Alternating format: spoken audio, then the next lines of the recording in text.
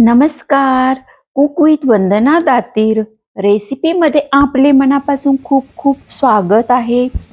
आज आपण गणेश चतुर्थी गणेश विसर्जनासाठी आपण वाटली डाळीचा तयार करायचा आहे. चला तर त्यासाठी साहित्य इथे लसूण घेतलेला आहे, कोथिंबीर, लाल तिखट, जिरे, मोहरी, हिंग, चवीनुसार मीठ घालणार आहोत. इथे मी 1 वाटी हरभऱ्याची डाळ रात्रभर भिजवून घेतलेली आहे. महत्त्वाची टिप्स म्हणजे किमान डाळ 5 तास तरी भिजलेली पाहिजे. इथे मी ही रात्रभर भिजवून घेतलेली आहे. जास्त चांगली भिजवल्यामुळे ही डाळ रुचकर लागते आणि पटकन वाटल्या पण जाते. आता यामध्ये लसूण घातलेला आहे. तुम्ही जर लसूण खात नसाल तर लसूण नाही घातला तरी चालेल, पण लसणाने चांगली चव लागते. कढीपत्त्याची पानं 1-2, कोथिंबीर झाकण लावून वाटून घ्यायची आहे. अशा प्रकारे जराशी जाडसरच ठेवायची आहे. आता मी हे मिक्स करून घेत आहे आणि पुन्हा एकदा 1 राऊंड मिक्सरमध्ये फिरवून घेत आहे, म्हणजे अख्खी डाळ राहणार नाही शिल्लक त्यामध्ये. आणि आता कढईमध्ये मी तेल गरम व्हायला ठेवलेलं आहे 1 चमचाभर आणि त्यानंतर घालायचं आहे. त्यामध्ये तेल चांगलं गरम होऊ द्यायचं आहे, म्हणजे फोडणी आपली चांगली बसते. यामध्ये जिरे घातलेले आहेत फोडणीसाठी, त्यानंतर मोहरी घातलेली आहे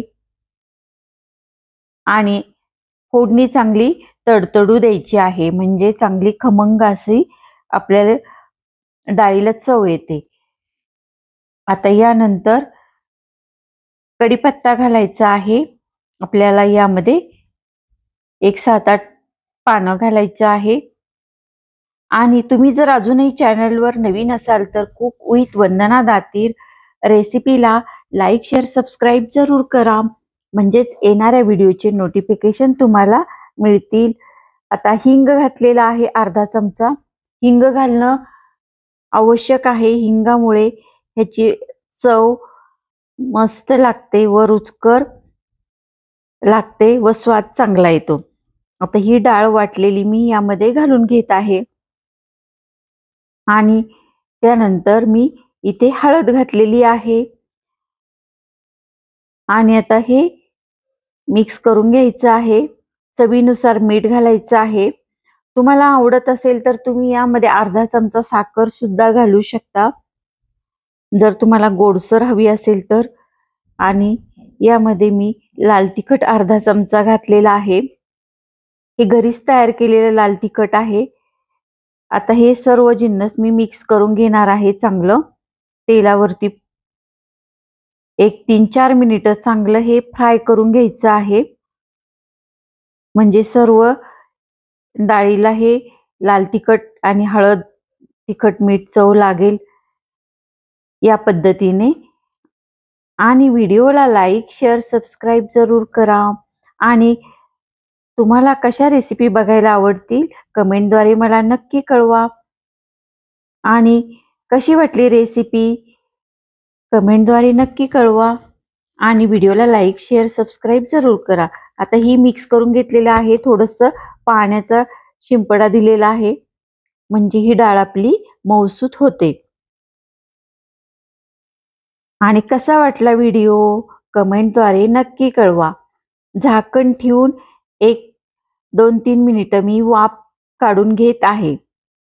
आता बघू शकता 2-3 मिनिटांनी डाळ आपली मऊसर झालेली आहे, परंतु अजून जरा थोडीशी कच्ची वाटते, म्हणून पुन्हा एकदा झाकण ठेवून पुन्हा दुसरी वाफ काढून घ्यायची आहे 1-2-3 मिनिटाची. अशा प्रकारे मी ह्या 2 वाफा काढून घेतलेल्या आहेत. त्यानंतर आपली ही डाळ मस्त अशी रुचकर मऊसूत शिजलेली आहे, बघू शकता. आणि खमंग झालेली आहे. वास पण छान येतोय.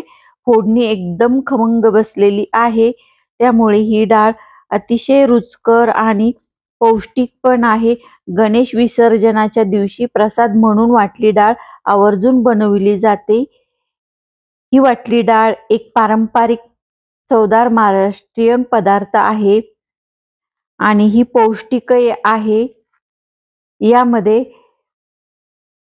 प्रोटीन आणि फायबरचा चांगला स्रोत आहे. कसा वाटला व्हिडिओ कमेंटद्वारे नक्की कळवा आणि कळवायला विसरू नका. आणि व्हिडिओला लाईक, शेअर, सबस्क्राईब जरूर करा, म्हणजेच येणाऱ्या व्हिडिओचे नोटिफिकेशन तुम्हाला मिळतील. आणि तुम्हाला कशा प्रकारच्या रेसिपी बघायला आवडतील कमेंटद्वारे मला नक्की कळवा.